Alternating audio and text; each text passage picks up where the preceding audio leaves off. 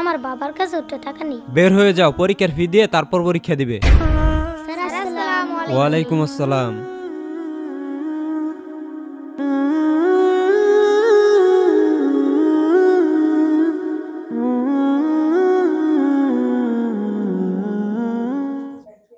কে কে ফিসের টাকা দেওনি? দাঁড়াও।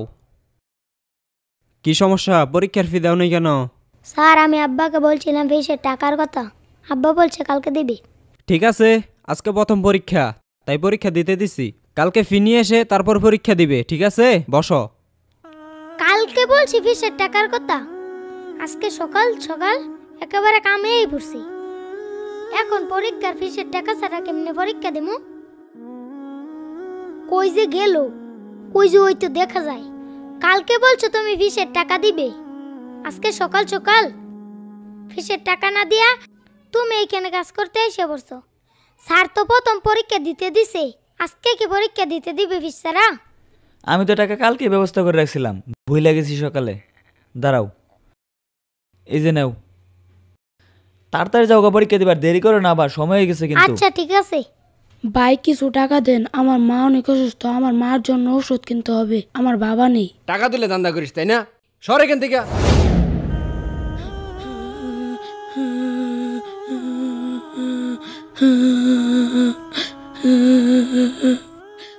আজকে ভালো মতো পড়ছি, পরীক্ষাটা ভালো মতো দিতে পারবো। তুই আমার একটু দেখাস, আমি ভালোভাবে পড়ছি না। ভাই আপনি কাঁদতেছেন কে? আমার মা অনেক অসুস্থ, আমার মার জন্য ওষুধ কেনার টাকা নেই। আমি যার কাছে সহযোগিতা চাই সেই তারাই দেয়। আপনার বাবা নাই? না, আমার বাবা নেই, আমি এতিম। ও আচ্ছা, এই যে ধরেন এখানে 200 টাকা আছে, আপনার মার জন্য ওষুধ কিনবেন। ভাই আমার কাছে এই 10 টাকাই আছে, এটাও রেখে দেন।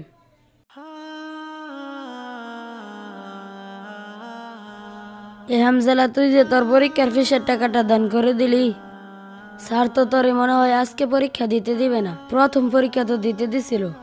আসলে ওই যখন বলছে তার বাবা মারা গেছে, তার মায়ের জন্য ওষুধ কিনতে হবে, তখন আমার খুব মায়া লাগছে, তাই আমি ফিসের টাকাটা দিয়ে দিছি। জানি না এখন কি হবে, আমার বাবার কাছে ওটা টাকা নেই। চল, দেরি হয়ে যাচ্ছে।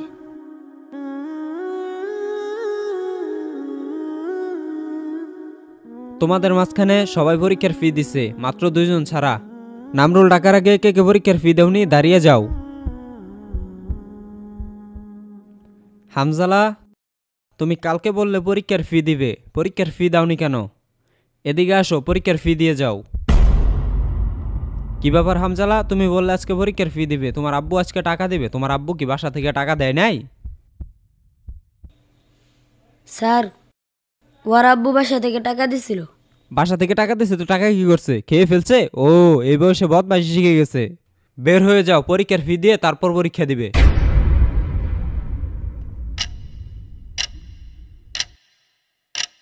আসলে স্যার, হামজালা বাড়ি থেকে আসার সময় রাস্তায় এক এতিম তার মায়ের ওষুধের জন্য কান্না করছিল, এটা দেখে হামজালা তার ফিসের টাকা দান করে দেয়। মাশাআল্লাহ হামজালা, অসহায় মানুষের প্রতি তোমার এই উদারতা, মানবিকতা দেখে আমি মুগ্ধ।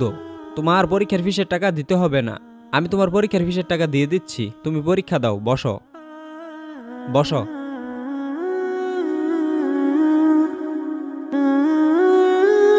দুতলার কাজটা সম্পূর্ণ হয়ে গেলে মুসল্লিরা ভালোভাবে নামাজ পড়তে পারবে। হ্যাঁ। আসসালামু আলাইকুম। ওয়ালাইকুম আসসালাম। ভাই, আপনি তো জানেন আমাদের মহল্লার যে বড় মসজিদটা, এই মসজিদের কাজ চলতেছে। আপনার সামর্থ্য যা আছে সেই অনুযায়ী কিছু টাকা দান করেন। আচ্ছা সমস্যা নেই, যেহেতু মসজিদের কাজ, লিখেন। লেখা লেখা। ভাই কত লিখবে? লিখেন 20,000 টাকা। নামটা কি? বাপ্পি চৌধুরী। 20,000 টাকা লিখো। আসসালামু আলাইকুম। ওয়ালাইকুম আসসালাম। চাচা, জি বলেন। আমাদের মহল্লার যে বড় মসজিদটা, এই মসজিদের কাজ চলতেছে। আপনার সামর্থ্য অনুযায়ী, আপনার সামর্থ্য যা হয় তাই যদি একটু দান করতেন, তাহলে মসজিদের কাজটা একটু তাড়াতাড়ি আগাতো ইনশাআল্লাহ। অনেক কষ্টমষ্ট করে তো পোলাডারে ফিস দিলাম, হাতে তো 5 টাকার বেশি নাই। আচ্ছা দেই তাইলে। চাচা, তাহলে এখানে নামটা লেখা লাগবে। চাচার নামটা কি? থাক, নাম নেওয়া লাগবো না। না বলুন। চাচা, নাম তো আমাদের লিখতে হয়, এটা সিস্টেম। ও আচ্ছা, এই যে নেন। আচ্ছা 5 টাকা লিখো চাচার নামে। চাচা কি টাকা কুড়িয়ে পাইছিলেন? এই যুগে কেউ 5 টাকা দান করে? কই 5 টাকা, কই 20,000 টাকা। আরে ভাই আপনি হাসছেন কেন? চাচা যা সামর্থ্য ছিল চাচা দান করছে, আপনার যা সামর্থ্য ছিল আপনি দান করছেন। দান কেন করছেন? আল্লাহ তাআলা সন্তুষ্টির জন্য দান করছেন। এখন যদি আপনি চাচার দানের পরিমাণ দেখে হাসেন আর আল্লাহ তাআলা যদি নারাজ হয়ে যায়, 20,000 টাকা কেন, লাখ টাকা দান করলেও কোনো কাজে আসবে না। চাচা সংকট অবস্থায় দান করলে আল্লাহ তাআলা খুশি হন, আর ধনীর দানের থেকে গরিবের দান আল্লাহ তাআলার কাছে বেশি পছন্দনীয়। দান ইখলাসের উপর করতে হয়, সেটা 1 টাকা হোক, 2 টাকা হোক, 10 টাকা হোক, 1 লক্ষ টাকা হোক। কবুল হলে আল্লাহ তাআলার কাছে 1 টাকাই যথেষ্ট। আল্লাহ তাআলা তার আরশের নিচে 7 শ্রেণীর মানুষকে জায়গা দিবেন। তার মধ্যে 1 শ্রেণীর মানুষ হচ্ছে যারা গোপনে দান করে, এমনভাবে দান করে যে ডান হাত দান করলে বাম হাতও টের পায় না। তাই আমাদের দান করতে হবে ইখলাসের সাথে, বিনয়ের সাথে, আল্লাহ তাআলার সন্তুষ্টি অর্জনের জন্য, হোক সে ধনী বা গরিব। তাহলে চাচা যান, হ্যাঁ।